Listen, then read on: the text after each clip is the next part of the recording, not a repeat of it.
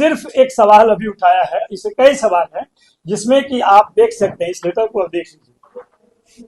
हम लोगों ने ये चिट्ठी लिखा है कि भाई जो दो लोगों को, जो रसूखदार लोगों को आपने जो सेंट्रल पूल से भवन आवंटित किया है और जो जो यहाँ के सदस्य नहीं है उसके बावजूद भी उनके नाम से है, मैंने किस हैसियत से रखे हुए।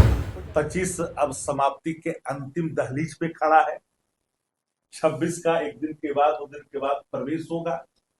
तो अभी तक उन सेंट्रल पुलों का मकान को जो रखा गया है, तो इनका कहना जो है राष्ट्रीय प्रवक्ता जी का, कि क्यों उसमें रह रहे, क्या उसमें कोई तहखाना है, कुछ छिपा हुआ है क्या? तो जीतनराम मांझी जी जब आवास में रह रहा है, वो केंद्रीय मंत्री है, उनको दिल्ली में मिला हुआ है, क्या उनकी पुत्र वधू इंटाइटल है उस आवास के लिए?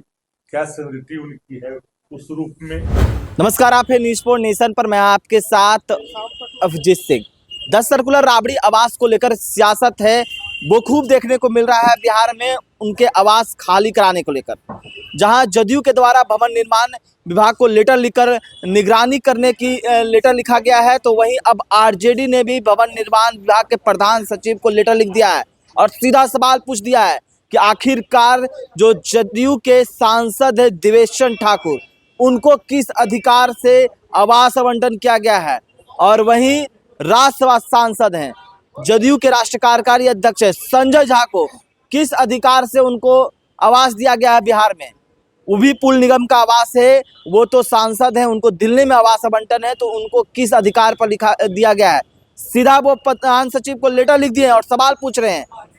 तो क्या कुछ कर रहे हैं आरजेडी के मुख्य प्रवक्ता और राष्ट्रीय प्रवक्ता, छोड़ जाते हैं उनके पूरे बयानों के साथ। देखिए, ये काम जनता दल के लोग और भारतीय जनता पार्टी के संबंध में जो आज से नहीं 20 साल से जो भ्रम फैलाने का कोशिश कर रहे हैं, राबड़ी देवी को या आरजेडी के शीर्ष नेताओं को बदनाम करने का जो ठीका पिछले 20 साल से रहे हैं संघ और भाजपा के साथ रहते हुए, ये तो उनका काम ही है, यही काम करेंगे। राबड़ी देवी कौन है इस बात को बताने की जरूरत है।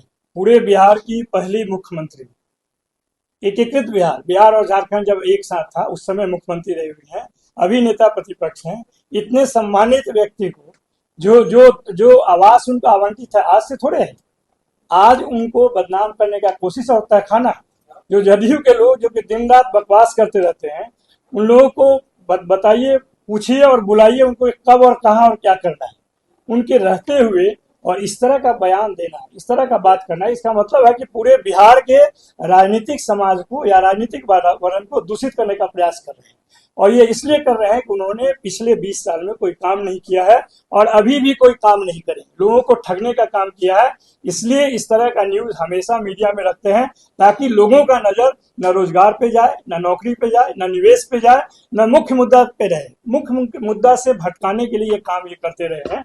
इसलिए हम लोगों ने सिर्फ एक सवाल अभी उठाया है, इसे कई सवाल हैं जिसमें कि आप देख सकते हैं, इस लेटर को आप देख लीजिए। हम लोगों ने ये चिट्ठी लिखा है कि भाई जो दो लोगों को, जो रसूखदार लोगों को आपने जो सेंट्रल पूल से भवन आवंटित किया है और जो यहाँ के सदस्य नहीं है उसके बावजूद भी उनके नाम से है, मैंने किस हैसियत से रखे हुए। वो चाहे संजय झा जी हो, चाहे देवेश ठाकुर हो, चाहे जीतनराम मांझी के संदर्भ में जो भवन आवंटित किया गया है, ये किस हैसियत से किया गया। यह सरकार को बताना चाहिए कि हाँ, उनके आवंटित मकानों में भी कोई तहखाना है, क्या चीज छुपाना चाहते हैं, क्या किस हैसियत से और किस कारण से वो रखे हैं, उनको बताना चाहिए। पहले आपके अपने अंतर्गत इतने दोष हैं जो कि आप संभाल नहीं पा रहे हैं। आप सामने वाले विपक्ष को, जो कि पूरे बिहार के जनता के का नेतृत्व कर रहे हैं, उनके सवालों को उठा रहे हैं। 1,90,00,000 वोट जिनके साथ हैं, उनको आप बदनाम करने की कोशिश कर रहे हैं, जबकि मुख्य सवाल का जवाब देना चाहिए आपको। अगर जिस तरीके से आपने पूरे जनादेश को प्राप्त किया, उसमें कई तरह के सवाल हैं, चुनाव आयोग से लेकर 10,000 रुपये को देने के लेकर 10,000 रुपया देने का इतना हड़बड़ी था कि आप महिला ही नहीं पुरुष को भी आपने अकाउंट में ट्रांसफर कर दिया। उस तरह से आपने जनादेश को भरमाकर जो हासिल किया है, आप मुद्दा पे आइए। मुद्दा तो वही है जो तेजस्वी जी उठा रहे थे। मुद्दा है कि आपने जो उस प्रभाव में जो निर्णय लिए जल्दीबाजी में, वो चाहे सोशल पेंशन का मामला हो या महिलाओं को 10,000 रुपया देने का मामला, ये सब एक दबाव में आपने लिया है। चाहे नौजवानों के लिए युवा आयोग बनाने की बात की है, तो सारी बातें हमारे नेता कर रहे थे और पूरा बिहार की जनता तैयार थी। जब आपने देखा कि हमारे सत्ता हमारे हाथ से जा रहा है, तो आपने एम के प्रकेन उसको हथियाने का प्रयास किया। अब जबकि उस तरह के दूषित जनादेश प्राप्त किया है, तो कम से कम बिहार का भविष्य के विषय में जो जरूरी है वो काम करें। रोज रोज आने के बाद बुलडोजर, आने के बाद हिजाब खींच रहे हैं, आने के बाद तमाम तरह कौन सा अपराध कहाँ नहीं हो रहा है। इन मुद्दों को ध्यान भटकाने के लिए आप वैसे व्यक्ति, वैसे राजनीतिक हैसियत, शख्सियत को बदनाम करने का कोशिश कर रहे हैं। और उनके एक प्रवक्ता हैं जिनको कोई सुनना नहीं चाहता है, जब भी बोलते हैं वो बकवास से कम नहीं होता है, और उस पर पूरा बिहार की मीडिया लगी रहती है, रोज रोज डिबेट कराती है और उन मुद्दों पर अपना समय भी बर्बाद करती है और बिहार की जनता का भी समय बर्बाद करती है। सवाल ये है कि जो मुख्य मुद्दा पर है वो इस सरकार कब उस पर काम करेगी, सुनवाई करेगी। इसीलिए हम लोग बैठे हुए हैं। हमारे साथ में बिहार के मुख्य प्रवक्ता शक्ति यादव जी भी हैं, वह भी अपनी बात रखेंगे। राष्ट्रीय प्रवक्ता, राष्ट्रीय जनता दल और राष्ट्रीय अध्यक्ष छात्र इकाई के प्रधान सचिव को जो इन्होंने पत्र लिखा है, उस पत्र में 3 बातें खास करके रेखांकित की गई है। तो भाई, आपके जो 2 सदस्य हैं लोकसभा और राज्यसभा के, उनको किस बिना पर आप अभी तक उस समय प्रवास कर रहे हैं, क्योंकि वह भी सेंट्रल पुल का, क्योंकि श्रीमती राबड़ी देवी जैसा इन्होंने कहा, आदरणीय नवल जी ने, प्रवक्ता जी ने, कि दोनों व्यक्ति क्यों रह रहे हैं।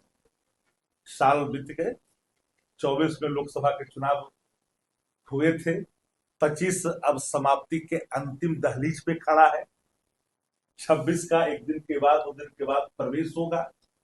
तो अभी तक उन सेंट्रल पुलों का मकान को जो रखा गया है, तो इनका कहना जो है राष्ट्रीय प्रवक्ता जी का, कि क्यों उसमें रह रहे, क्या उसमें कोई तहखाना है, कुछ छिपा हुआ है क्या।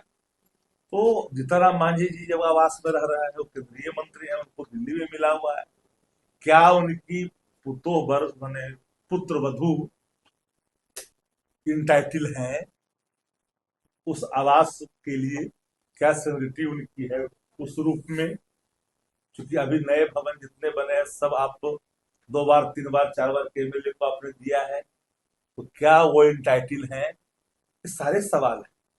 तो कहावत है ना कि जिनके घर शीशे को होते हैं वो दूसरे के घर पे पत्थर नहीं चलाया करते। बड़ा सवाल है जो सामने इन्होंने छेड़ा है कि मुख्यमंत्री समग्र विकास योजना में इतने बड़े पैमाने पर भ्रष्टाचार है कि 100 से अधिक उन सड़कों की निविदा निकाल दी गई जो सड़क पहले से बनी। जब सवाल उठा तो विभाग हरकत में आई और कई सड़कों के राशि को रोक दिया गया, और इस जांच के दायरे में पूरे कारनामे में बुडको की संलिप्तता खुल के आ गई।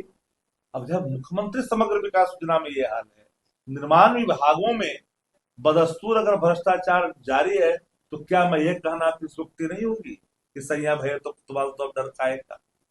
जनादेश मशीनरी मैनेजमेंट के बल पर आपने प्राप्त किया, सीबीआई के पूर्व निदेशक जिसको आपने ही बनाया था, कि सामूहिक रूप से बिहार के खजाने को लूट करके एक तरह से लूटा गया और वोट खरीदने में लगाया गया। ऐसी सरकार को तो तत्काल प्रभाव से इस जनादेश को रद्द कर देनी चाहिए। चुनाव आयोग भला कैसे करेगा, उसकी संलिप्तता है। उन्होंने तो 2 कदम आगे बढ़ा और कहा कि उच्चतम न्यायालय को संज्ञान लेनी चाहिए। सीबीआई के पूर्व निदेशक ने इन बातों को रखा। बिहार के जनादेश में जन विश्वास से ज्यादा जनसंख्याएं निहित है, हर चौक चौराहों पर इसकी चर्चा हो रही है। सवाल ये बड़ा है। इसी बात को लेकर के हमारे राष्ट्रीय प्रवक्ता नवल किशोर जी ने बातों को रखा है कि जो लोग लेटरबाजी कर रहे हैं कि आओ खेलो बंगला बंगला, ये बंगला करे, मुद्दा ना बताइए कि 2 लाख कब दीजिएगा, इसको सीड बनी आपने दिया है, और 2 लाख देने के लिए 2,70,000 करोड़ की आवश्यकता पड़ेगी। बिहार के खजाने का श्वेत पत्र राज्य सरकार जारी करे कि खजाने की हालत क्या है। 3,18,000 करोड़ बिहार का बजट है, 1,05,000 करोड़ रुपया आपको पेंशन वेतन से लेकर एस्टेब्लिशमेंट में खर्चा है, और 2,70,000 करोड़ इधर जुड़ जाएगा, यानी 4.25 लाख करोड़। तो 3,18,000 करोड़ से इस बिहार के बजट को कहां खींच के ले जाइएगा? देश के बजट के 5.5, 5.6, 5.2, 5.4 ही राज्य का बजट होता है। इससे 90 से लेकर अभी तक इससे कभी कहीं बढ़ा है क्या? बात सवाल वो नहीं है ना, मुद्दा से भटकाना चाहते हैं। रोजगार दीजिए, नौकरी दीजिए, रोज निकालिएगा नियुक्ति का चिट्ठी और रोज रद्द करिएगा, असमय मानिएगा, ये नहीं चलेगा। उम्मीद है कि अरे हम लोग ने सोचा था कि 3 महीना नहीं बोलेंगे, लेकिन उंगली देके बुलाइएगा तो बोलबे ना करेगा। हम तो कहा था कि टाइम देंगे 3 महीना सरकार को काम करने के लिए, लेकिन आप तो है जो कि मैंने कहावत है कि आप रगड़ रहे हैं आकर करके तार में, तो छिलेबे नहीं करेगा।